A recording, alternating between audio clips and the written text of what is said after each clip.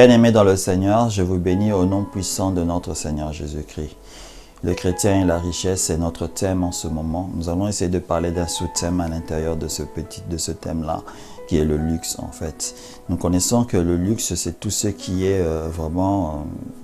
je ne sais pas comment je peux le définir exactement, mais je pense que vous comprenez qu'est-ce qu'on peut définir par le luxe en réalité. On pourra donc se poser simplement la question, est-ce que le chrétien peut être dans le luxe en fait? Nous avons du luxe, le terme luxure aussi qui est lié à tout ce qui peut être fornication, impudicité et autres. Nous allons voir cet élément-là dans le thème qui viendra après. Mais nous allons d'abord nous connecter au luxe en tant que tel. Un luxe qui est lié d'abord à la richesse en tant que tel. Parce que normalement, plus on est riche souvent, plus on a tendance à aller vers le luxe. Plus on est riche, on a tendance à aller vers l'abondance matérielle. Parce que le luxe ici, nous allons essayer de le définir comme l'abondance matérielle exagérée en fait. On a essayé d'effleurer ces éléments-là dans nos épisodes précédents bien sûr, mais on va essayer de s'asseoir dessus aujourd'hui pour essayer de montrer le mal qu'il y a dans l'abondance exagérée. Parce que, vous savez, l'abondance exagérée peut être définie dans beaucoup de choses. Et ça approche même une sorte de définition de gloutonnerie en tant que tel. Parce que l'abondance exagérée nous pousse ou pousse en fait les hommes à aller toujours recevoir, prendre, emmagasiner.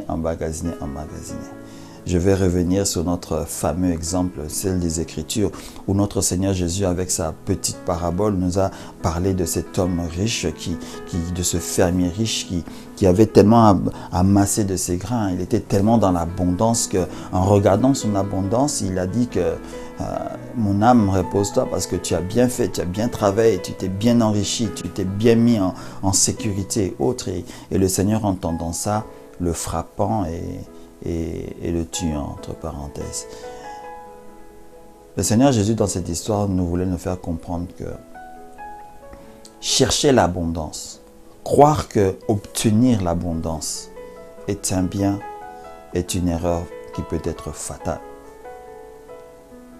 Dans cet épisode-là, ou dans cette histoire-là, on peut comprendre qu'il y a déjà un premier message qui est, et on se le dit toujours, lorsqu'on nous devenons riches, nous ne devons pas croire que c'est nous qui en sommes responsables.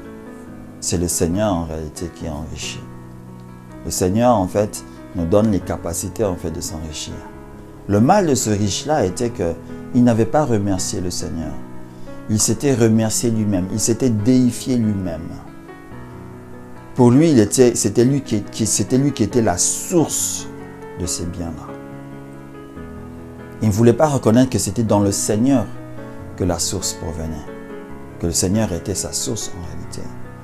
Je crois qu'il pouvait dire, Seigneur, je te remercie de m'avoir donné tant d'abondance, mais qu'est-ce que je peux en faire maintenant? Parce que je les ai amassés, mais à quoi cela me servirait-il? Aujourd'hui, c'est ce regard-là qu'il faut avoir. Quand nous amassons, à quoi sert ce que nous amassons? Même si nous pouvons parler de génération, que je suis en train de préparer les éléments pour mes enfants, c'est vrai. Mais attention, il n'y a pas que tes enfants qui sont tout autour de toi. Tu as une nation, tu as une communauté.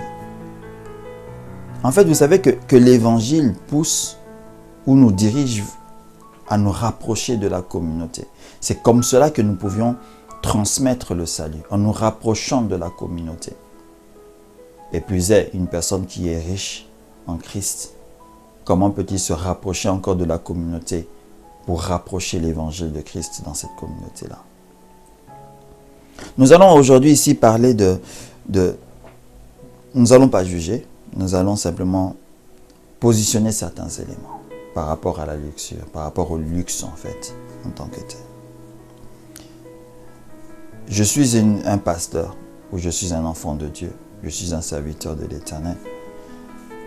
Mais j'ai une maison qui est un domaine. Un domaine qui, dans ce domaine-là, admettons, parce qu'il y a des domaines qui peuvent avoir 1 hectare, et il y en a. Je crée un château, je construis un château là-dedans. Et dedans, je vis avec ma famille, avec ma femme, mes enfants et les serviteurs, entre parenthèses. Et je suis un serviteur de Dieu ou un fils de l'Éternel. Mais ce que je sais, ou ce que je ne réalise pas, c'est que de ce domaine-là, je paye des taxes. De ce domaine-là, je paye des impôts, en réalité, comme on appelle cela, qui coûtent énormément. Je vais vous donner un exemple d'une émission un jour qui passait à la télévision. Il y avait une personne qui avait hérité un château de ses ancêtres ou de son grand-père direct, etc. Quand il est entré dans ce château, il était très content que j'ai hérité un château, un tas d'histoires, etc. Mais il ne savait pas, il ne connaissait pas le prix de l'entretien de ce château-là. Et il a réalisé qu'en un an, il ne dépensait pas moins de 300 000 euros. Vous entendez très bien. Il ne dépensait pas moins de 300 000 euros en taxes, aménagement et entretien de ce château-là et du domaine dans lequel le château se trouvait. Lui qui vivait normalement, il avait de l'argent, bien sûr. Cet argent commençait à disparaître à cause de cet élément de luxe qu'il avait dans ce domaine-là. Il a commencé à réfléchir. Il a vu que cette demeure était un piège. Parce qu'il réalisait qu'après plus de 4 années, il a dépensé plus de 1 million d'euros. Il se disait qu'avec ces 1 million d'euros-là, je pouvais faire autre chose. Une personne qui ne croit pas au Seigneur, une personne qui est, comme on aime le définir, une personne qui n'est pas en Christ, a eu cette réflexion-là.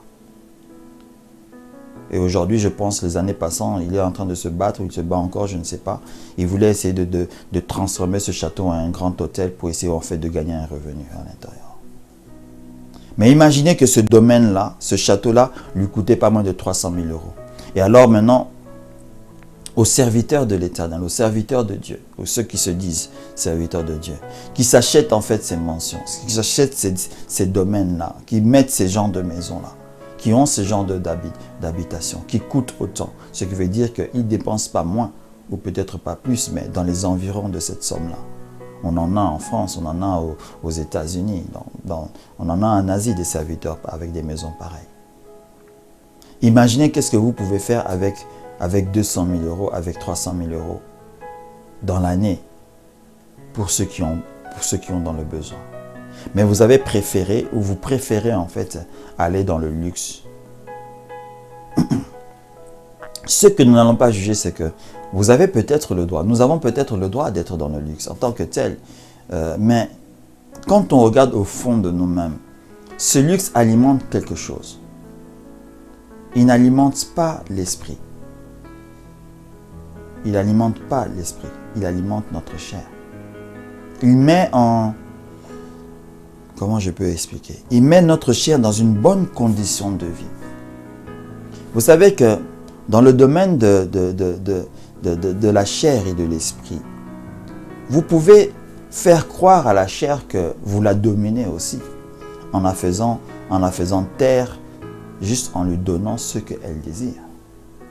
Souvent dans ce genre d'éléments-là qu'est le luxe, etc., quand c'est avec les enfants de Dieu, quand nous nous plaisons à acheter des habits de 1000 euros par exemple, à acheter des voitures qui coûtent 60 000, 80 000 euros et qu'on sort, mais nous allons quand même à l'église, nous donnons notre dîme, etc.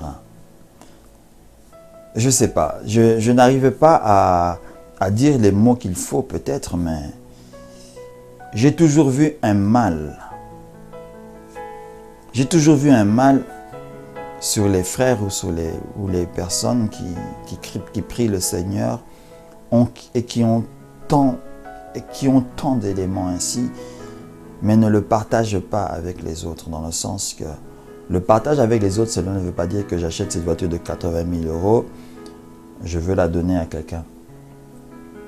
Non, le partage c'est d'aider une personne à avoir un minimum aussi, à l'aider à faire sortir dans les besoins, au lieu d'être dans ce luxe-là. Je vous ai parlé dans l'épisode passé, je ne suis pas allé en profondeur, je vais essayer d'éclater un peu cette histoire de ce pasteur en Amérique du Sud. Ce pasteur-là en résumé de l'histoire, qui avait aidé, qui avait pris les dîmes et les offrandes de son église pour aider les gens de sa communauté, parce qu'en réalité, il les avait vus dans des mauvaises circonstances, dans une vie qui n'était peut-être pas acceptable pour lui. Parce que ce pasteur-là avait un certain niveau de vie. Il était dans le luxe. Mais le Seigneur l'a ouvert les yeux. Que son luxe-là n'est pas ce qui c'est pas ce qui le sauve. Qu'au contraire, son luxe à lui était en train de détruire la vie de sa communauté. Quand je parle ici de communauté, je parle ici des membres de son église. Lui, il ne pouvait pas savoir si les membres de son église murmuraient. Pourquoi le pasteur habite dans une si grande maison? Et nous habitons dans des petites favelles, dans des petites bicoques, en fait, construites de bois et consorts, qui, lorsque la pluie tombe, on doit essayer de boucher à gauche, à droite. Nous essayons de manger au jour. Il y a des jours où nous ne mangeons pas, etc. Mais lui, il était dans l'abondance. Lui, il roulait carrosse. Il avait des contacts. Il avait un certain niveau de luxe de vie. Le Seigneur a ouvert les yeux de ce pasteur. Il a dit, attention, où est-ce que tu es en train d'aller? Regarde où tu es en train de te diriger. Bref, le Seigneur le faisait voir que la voie dans laquelle tu es, à la fin, je ne te reconnaîtrai pas. À la fin, je te mettrai de côté. Parce que tu n'étais pas au service des brebis. Mais c'était les brebis qui ont été à ton service. Vous voyez, quand on prend toujours souvent cet exemple de « le Seigneur est mon berger », ça veut dire « je suis la brebis ». Le Seigneur prend soin de nous. Lorsque nous sommes nous bergers en ce moment maintenant, est-ce que nous prenons nous soin des brebis ou est-ce que ce sont les brebis qui prennent soin de nous? J'aurais peut-être honte de le dire aujourd'hui. C'est une honte pour nous les serviteurs ou pour les serviteurs en général, que ce soit les brebis qui viennent s'occuper en fait des bergers. Parce que malheureusement, c'est ce qui est en train de se passer dans le siècle dans lequel nous sommes.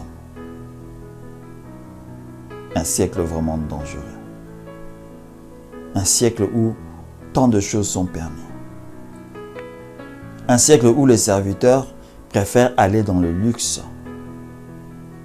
Un siècle où les serviteurs préfèrent aller dans les richesses, préfèrent chercher la richesse. Un siècle vraiment, vraiment dangereux. Je voudrais que cette émission nous pousse un peu à réfléchir sur le minimum que le Seigneur est en train de nous demander. Le minimum que le Seigneur est en train de te demander est ce que nous devions faire pour les autres. Parce qu'aujourd'hui, c'est le moment où nous devions nous lever en fait, pour relever ceux qui sont, pour relever en fait les indigents. Au lieu de vivre dans des luxes ou dans le luxe en fait. Que chaque fois, même si tu as 1000 € dans ta poche, tu vois un nouveau costume avec une griffe XYZ, que tu réfléchis avant de l'acheter. S'il n'y a pas une brebis dans ton église que tu as remarqué qui vient toujours avec les mêmes vêtements et qui s'assoit tout derrière, vraiment derrière de l'église afin qu'on ne le remarque pas parce qu'il a toujours le même vêtement et peut-être que c'est sale, etc. Si tu as remarqué cet élément-là, va au moins dans le magasin. Si tu crois qu'il ne pourra peut-être pas lui gérer l'argent, tu lui achètes le vêtement ou des vêtements et tu le lui donnes. Savez-vous, un vêtement qui coûte 1000 €, ok. Vous savez-vous combien de vêtements aujourd'hui, en réalité, de bonne tenue, de bonne qualité, vous pouvez acheter à 1000 €? Non seulement peut-être pour vous-même, mais pour la personne ou les personnes qui n'en ont pas et qui en ont donc besoin. Essayons de réfléchir sur cet élément-là.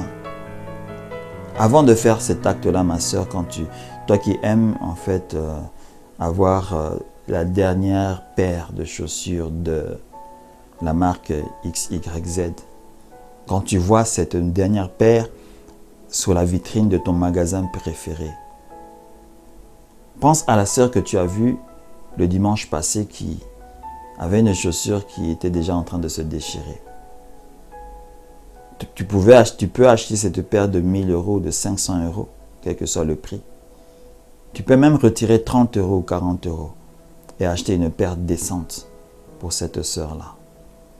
Et te dire que ma garde-robe est déjà assez remplie. Pourquoi devrais-je encore acheter cette paire-là pour moi-même? Laisse que je puisse acheter une pour cette personne-là. Le chrétien a le luxe. Le chrétien doit s'interdire le luxe. Je l'ai dite la phrase, parce que je voulais la dire depuis le début en fait. Parce que le luxe est un danger. Le luxe est un péché. Je le dis ici. Le luxe est un danger. Et le luxe est un péché aussi. Un péché, pourquoi? Parce que il va vous pousser en fait à pécher. En tant que tel, il ne l'est pas, mais il vous poussera à pécher. Pécher, c'est quoi? C'est pas parce que tu vas voler ou non, je ne parle pas de ça. C'est parce que tu ne seras pas capable de faire le bien. Et le bien en question, je viens de citer un ou deux exemples là. Avec le frère qui n'a pas d'habits, avec la sœur qui n'a pas de chaussures. Tu peux faire le bien pour lui. Vous savez, quand vous allez dans les magasins, souvent, il y a des personnes qui peuvent s'asseoir sur les portes des magasins en train de mendier. C'est vrai que d'autres en font leur métier aujourd'hui, mais il y en a d'autres qui sont souvent dans des conditions. Quand vous connaissez les conditions en question, vous pouvez pleurer. Quand tu entres dans ce supermarché-là et que tu as vu qu'il y a quelqu'un qui est comme ça dehors, écoute mon frère, je vais te donner un exemple simple. De la somme d'argent que tu as, retire même 10 euros ou 20 euros, achète quelques éléments assez consistants pour cette personne. Et lorsque tu sors, donne à cette personne-là ce sachet de nourriture que tu as acheté pour lui. Aide la personne en question. Le luxe est quelque chose de très dangereux. Ne le cherchons pas, ne la poursuivons pas. Je ne sais pas si c'est un luxe ou du luxe, c'est féminin ou masculin. J'hésite un peu. Ne poursuivons pas le luxe. Ne poursuivons pas cela. Ne cherchons pas à vivre là-dedans. Quel que soit le salaire que tu peux avoir. Ton salaire peut même être, tu peux avoir une fortune de 300 millions, exemple, 300 millions de dollars dans ton compte bancaire. Tu peux avoir un salaire ou des entrées d'argent mensuelles de 1 million de dollars parce que tu es le PDG de telle entreprise. Mais en tant que chrétien, ne cherche pas à vivre dans une situation, dans des conditions qui va outre. Vous savez, c'est possible de vivre sans pour autant que quelqu'un connaisse en réalité les sommes, les gens qui sont autour de toi, je parle, d'argent que tu peux posséder. Nous devons être les plus simples possibles. Et dans cette simplicité-là, aider les personnes. Quand on dit dans les Écritures, quand tu donnes avec ta main droite, il ne faut pas que ta main de gauche le sache. Donc, elle ne doit rien savoir en fait. Cela veut dire quoi? Tout simplement, ça ne sert à rien de montrer à tout le monde ta richesse en fait. Parce que au contraire, tu te mets en danger. Dans le monde d'aujourd'hui, montrer sa richesse est un danger.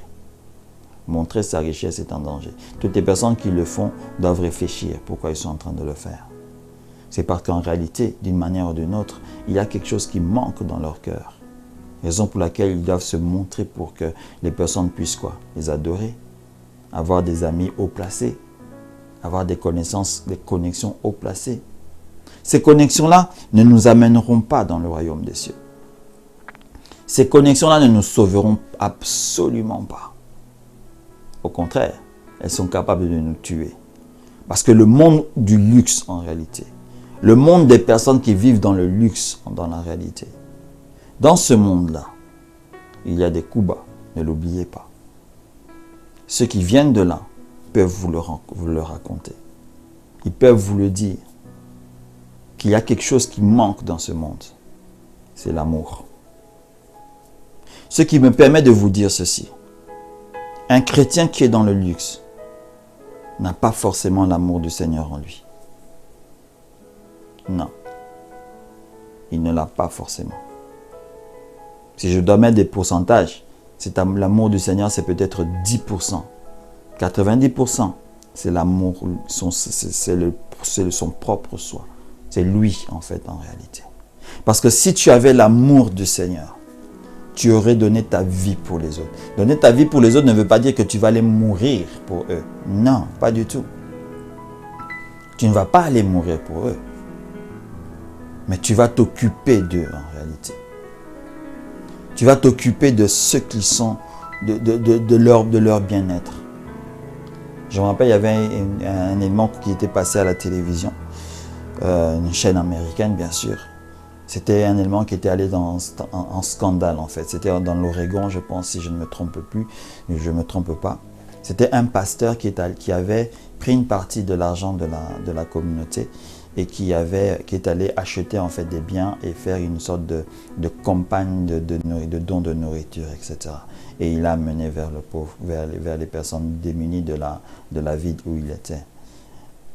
La mairie de cette église-là, en fait la mairie, excusez-moi, de cette ville-là, a porté plainte contre ce pasteur-là. Parce qu'il a utilisé l'argent de l'église déjà. Donc pour eux, c'était une sorte de vol qu'il a effectué. Et qu'il a aidé la population, la communauté, outrepassant le rôle de la mairie en général. Ou de la région, si on peut dire. Vous allez peut-être me poser la question, qu'est-ce que ça a à voir avec le luxe, le luxure, ou le luxe, etc. C'est parce que ce pasteur était dans le luxe et qu'il avait compris que tout ce qu'il avait amassé ne le servait absolument à rien. C'est ce qu'il a dit lorsqu'il était devant le tribunal. Que le luxe que j'ai ne m'amènera pas au ciel. Je préfère m'en délapider. Je préfère m'en débarrasser. Et pour m'en débarrasser, je veux le donner aux personnes qui en ont besoin. Malheureusement, le monde ne comprend pas ça dans ce sens. Parce que le monde veut toujours avoir des démunis tout autour d'eux. Ce pasteur a été condamné. Il a été condamné par les hommes. Mais je crois qu'il sera justifié par le Seigneur. Actuellement, il est en train de purger sa peine. Mais lorsqu'il sortira, il avait dit par lui-même qu'il ne cessera pas de faire le bien. Si je n'utiliserai pas le bien de l'église dans laquelle j'étais, j'utiliserai mes propres avoirs que je possède pour aider la communauté. Alors, en donnant cet exemple rapidement, c'est pour vous dire que tu n'es pas obligé d'utiliser l'argent de l'église en tant que serviteur de Dieu pour faire ce bien-là. Mais regarde ce que toi tu as amassé, parce que le problème, il est là. Ce que tu as amassé pour toi, premièrement, ne t'amènera pas au ciel. Cela, le Seigneur, est une bénédiction que le Seigneur t'a donnée. Mais j'ai toujours aimé la phrase d'un pasteur. J'ai appris cette phrase de lui en disant que nous sommes bénis pour bénir. J'aurais bien voulu que cette phrase soit une phrase vraiment écrite dans les Écritures comme ça. Pour que ça soit comme une loi dans nos cœurs. Mais on la comprend dans les histoires que nous lisons. Nous sommes bénis pour bénir. Nous sommes sauvés pour sauver. Nous devons comprendre ce concept-là. Si je suis millionnaire aujourd'hui, c'est pour rendre quelqu'un d'autre millionnaire. Donc ça veut dire que béni pour bénir, sauver pour sauver. Donc c'est pour donner une égalité. Le Seigneur Jésus, lorsqu'il est venu sur cette terre, est venu nous redonner une égalité, nous mettre à l'égal de lui-même devant le Père. Nous sommes aujourd'hui tous des fils. Pas des petits-fils avec F minuscule, non. Des F majuscules. N'entrons pas dans des définitions autres. Nous sommes des fils avec F majuscule. Autant les anges nous regardent quand nous faisons nos bêtises. Ils se coignent, ils se touchent la tête, ils se disent, mais on ne comprend pas comment ces fils sont capables de faire ces éléments-là. C'est peut-être un petit mystère que je suis en train de vous dire, qui peut être débattu. Vous pouvez dire ce que vous désirez. Mais le Seigneur Jésus est venu sur cette terre donner sa vie pour qu'elle entre en nous, pour que nous devenions comme lui. à l'égal de lui-même devant le Seigneur, le Dieu le Père. Il y a une complexité par rapport à ça.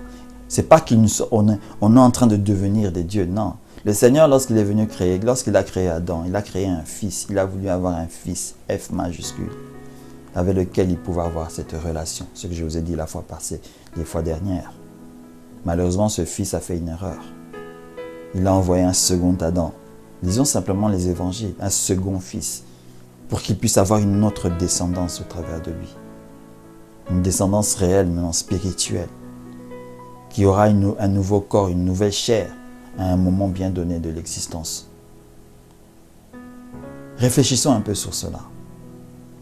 Le luxe amène au péché. Nous devons faire très attention. Nous devions nous déconnecter de ces fautes-là. Nous devons nous déconnecter de cette manière de vivre. Nous sommes bénis pour bénir, nous sommes sauvés pour être sauvés. Nous avons donc ce que nous avions pour le partager, même voire à l'égalité avec les autres. Au minimum, à aider les autres à sortir de leur situation. Tu ne peux pas aider les millions de personnes ou les milliers de personnes de ton église. Mais tu peux dire, Seigneur, donne-moi au moins une personne ou deux personnes que je peux relever, remettre debout. Et ces personnes-là, de mon exemple, feront de même. Et un arbre va se construire. Automatiquement. Vous allez voir que cet élément-là, cette décision-là, le diable va te combattre par rapport à ça parce qu'il sait que c'est quelque chose qui change les vies des gens. Et ça, lui, il n'aime pas. Le chrétien et le luxe. Si tu es dans le luxe, mon frère, je te demanderai de réfléchir aujourd'hui. Et je te demanderai de prendre des décisions. Je ne te demande pas d'abandonner tout ce que tu as, de jeter à la poubelle les choses que tu as. Mais je te demande de regarder ceux qui sont autour de toi. Parce que tu es là pour eux. Ce que le Seigneur t'a donné, il peut te dire à qui c'est vraiment destiné. Que le Seigneur puisse vous bénir abondamment. Nous allons nous retrouver la semaine prochaine. Au nom puissant de Jésus-Christ. Amen.